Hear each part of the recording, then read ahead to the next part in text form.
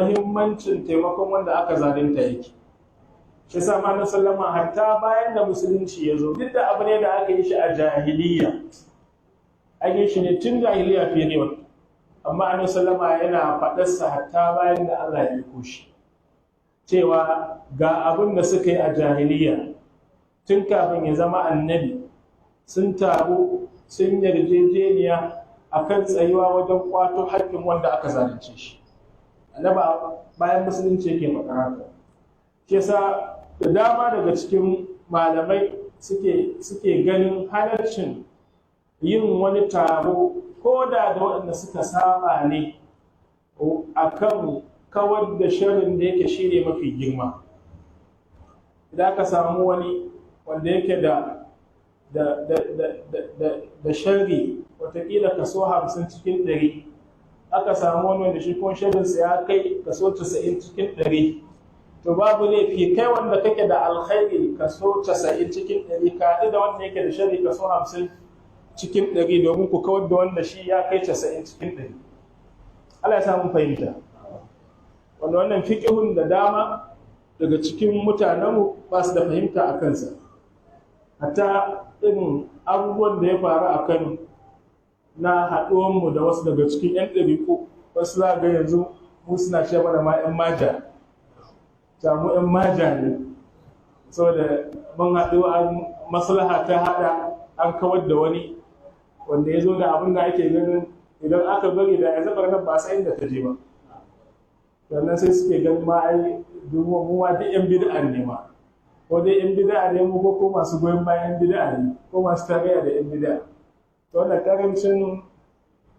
shi yasa duk sanda na suna magana idan ba ai ban taɓa magana a nan ba. Kawai dai karatu ne yanzu mun zo kan mas'alar a nan wajibi ne in yi ta, saboda wasu wanda ba su sani ba su sani. Shi tarayya da waɗanda ma ba musulmai ba a shari'ar musulunci ya halatta, hatta waɗanda ba musulmai ba. Akwai maganganu guda biyu da na yi kwacin ɗin suna ga zan karanta su saboda watakila yan uwa masu bibiya. Akwai hadisi da cikin sahih na Imam Bukhari wanda yake magana akan sulhul Hudaybiyah, wanda Annabi sallallahu alaihi wasallam a ciki yake cewa la yas'aluni khuttatan yu'azzimuna fiha hurumatillahi illa a'taytuhum iyyaha. Annabi na magana akan mushrikan Makka, yace la yas'aluni khuttatan, ba za su taɓa tambaya ta wani tsari ba, yu'azzimuna fiha hurumatillah, da za su girmama dokoki na Ubangiji akan wannan tsarin, illa a'taituhum iyyaha. Annabi ce face sai na ba su. Mana mushrikan da Annabi suka hana shi ya shiga Makka ya je aikin Umara. Annabi ce to da za su zo da wani tsari wanda a cikinsa akwai girmama Allah, akwai kiyaye dokokin Allah, ya ce zan amsa musu. Shi sa Ibn Qayyim babban ɗalibin Sheikhul Sami Taimiyya wanda ya rasu 751 bayan jira Annabi sallallahu alaihi wasallam, a cikin Zadul Ma'ad nasa a juz'i na 3 shafi na 269, ƙarƙashin wannan kissa ko wannan haditha ta sulhul Hudaybiyah sai kawo ta magana cikin abin da za a fa'idanta kan wannan magana ta Annabi sallallahu alaihi wasallam. Sai ce wa minha, daga cikin abin da za a fa'idanta a ciki, annal mushrikina, cewa mushrikai wa ahlal bid'i, da ma'abota bid'a, wal fujuri, da wanda ma suke fajirai ne su, wal bugati, da wanda suke bugat, da aka ce al-bugat nau'i ne na azzalimai, bana wanda za su fito na fito da shugabanni, wa zalama, da wanda suke azzalimai, idan galabu amran, idan suka nemi wani al'amari, yu'azzimuna fihi hurmatan min hurumatillah,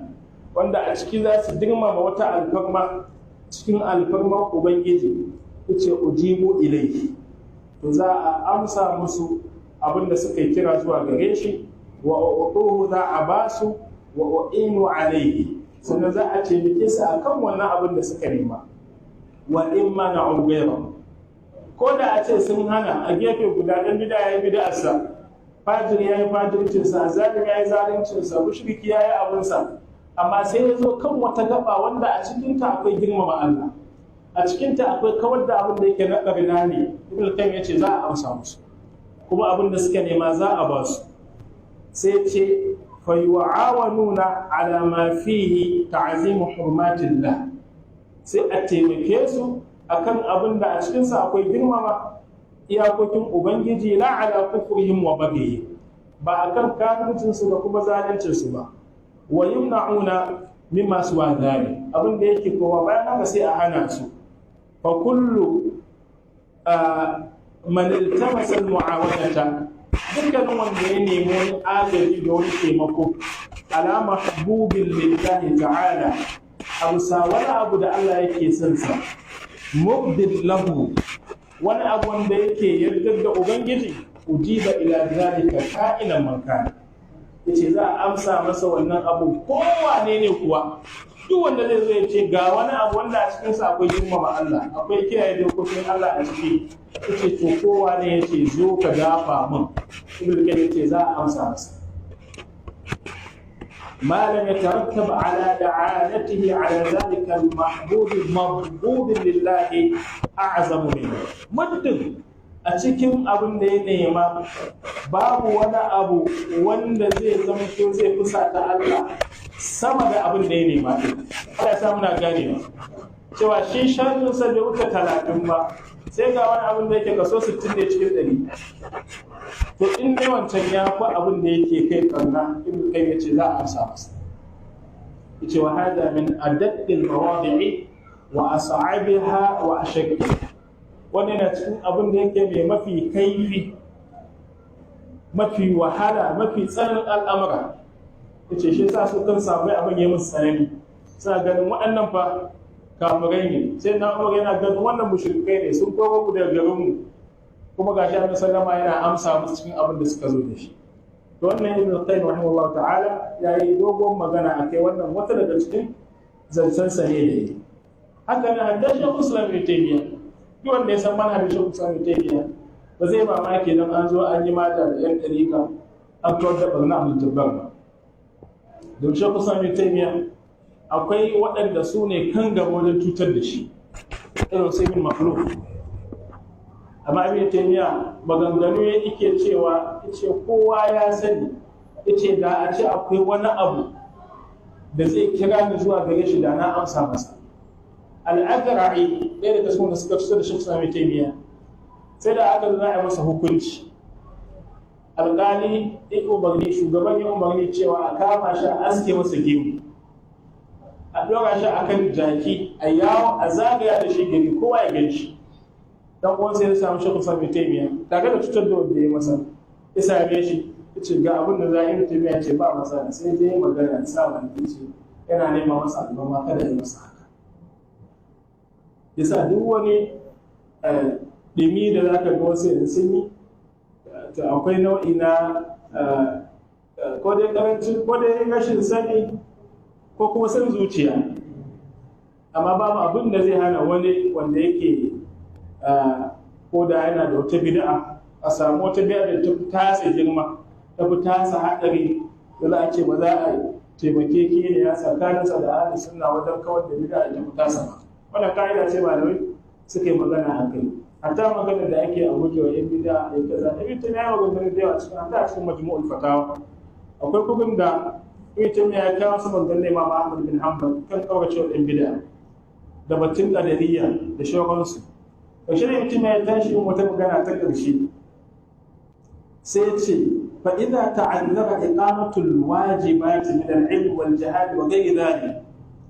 idan ya zamto an samu ta'azzuri wajen tsayar da abin da yake wajibi ne na ilimi ko jihadi, a ce ba zai yi a yi shi ba, wa ghayri dhalik da wani haka illa biman fihi bid'atun, sai da wanda yake akwai bid'a a tare da shi, yace madarratu haduna madarrati tariki dalikal wajib, cutar wadda bid'a satai bata kai cutar wadda wancan wajibin yake akai ba. Yake cewa kana tahsilu maslahatil wajibi ma'a mafsadatin marjuhatin ma'ahu khayran min al-aks. ibn taymiya ya ce dabbaka wannan maslaha din ta a zo da wannan dan bid'a ai mu'amala da shi a gusar da waccan bagannan shine wanda yake in ji wa in ce ku san mutum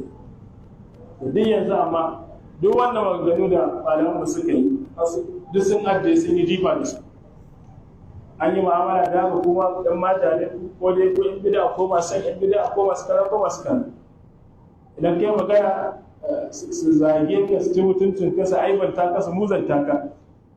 da abin da yake bisa da soshin shari'a ba saba wa Allah subhanahu wa ta'ala da manzansa akai ba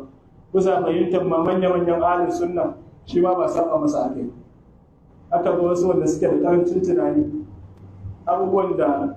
kusan shekara 19 mun yi magana a kansu mun yi debate da masu wani ya ɗauko maka wai kashiful ilbas wai ce ya kamata yan mata ku je ku karanta wannan littafin a wanda shekara 19 da kila kai lokacin ba ka ma san ma mene ilimin ba muna magana a kai muna debate da masu na aqida ne yanzu kuma ka ɗauko kana magana a kan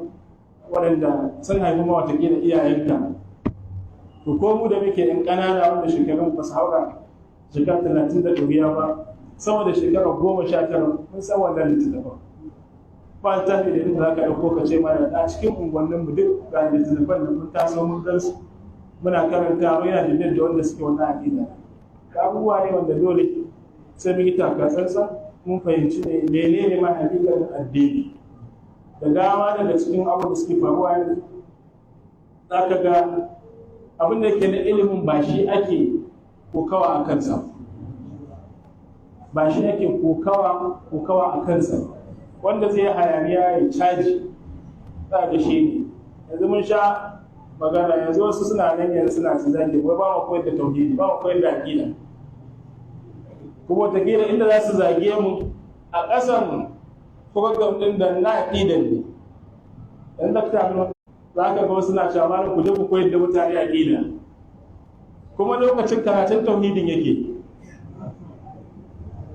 ina karatun na yana usul salasa ina karatun manzumatul hadiya ta ibn abi dawud ta aqida ce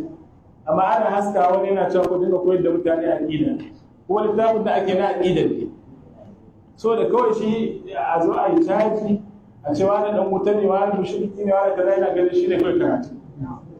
amma a gaya mutane ga aqidar ga qur'ani ga sunna da wannan ga mata a gaba in dai haka kai to ga ma koyar da aqida to dole sai mun tsaya tsakani da Allah mun yi wa kanmu hisabi hasibu anfusakum qabla an tuhasabu sai sa Allah ya saka babban shehi da alkhairi a shehi Dr. Abubakar Bugunin Kudu wasu magana da ga an haska a satin nan ta san muhimmancin gaske yace dole kai mai kira sai ka zanto mai tausayi ba ta za a yi ka sa na speaker kana zagin iyayen mutane mushrikai kafirai yan wuta ko ka ce su kake su fahimce ka yace kai mai da'awa ka zanto mai hikima ka zo ka faɗi zallan mai Allah ya ce ne manzo Allah sallallahu alaihi wasallam ya ce yau wani ko me zai ce ba zai kama ka ai ka kace Allah ya ce annabi ya ce ai ba zai ce ka rage shi ba to yau da gobe da haka sai ka gami ya fahimta duk da yanzu dan masallacin nan gaba ɗaya wata kila kaso 99.9 duk da ba a layin suke ba amma yau da gobe da koyarwa da karatu har ma mutum ya fahimta to dole sai mun san manhaji na gaskiya ko mai ta gaya wa mutanen mu gaskiya ko da za su ji haushi ai ta gaya musu ta zagi da cin mutunci ba shine manhaji shine a karantar a koyar a yi bayani dalla dalla janyo ayoyi da hadisan manzo Allah sallallahu alaihi wasallam da fahimtar magabata ya halika man halaka an bayyana wa ya man hayya an bayyana